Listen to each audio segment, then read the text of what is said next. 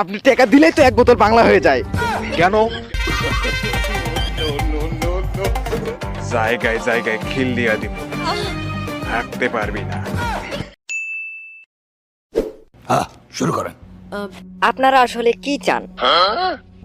আমরা এই দেশে বাংলা মদের ব্যবসা করতে চাই। সরি, ভিড়ি ঘরের দেশে আপনি বাংলার ব্যবসা করবেন?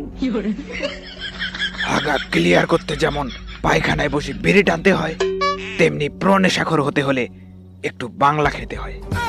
আপ কাহা তে জানি বাবা? কিন্তু বিজনেসের জন্য এত টাকা কোথায় পাবেন?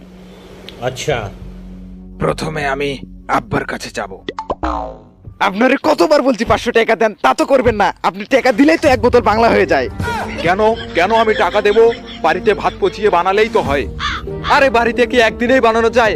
আপনি জানেন না আমার এখন পিনিক উঠেছে? পিনিক উঠলে কি মাথা মধ্যে ঠিক থাকে? বিচি মাথায় উঠে গেছে। কেন আমার কি পিনিক ওঠেনি? আমার কি বিচি মাথায় উঠেছিল? ওই হাঙ্গে নাতিরে যে কেমনে বোঝাই।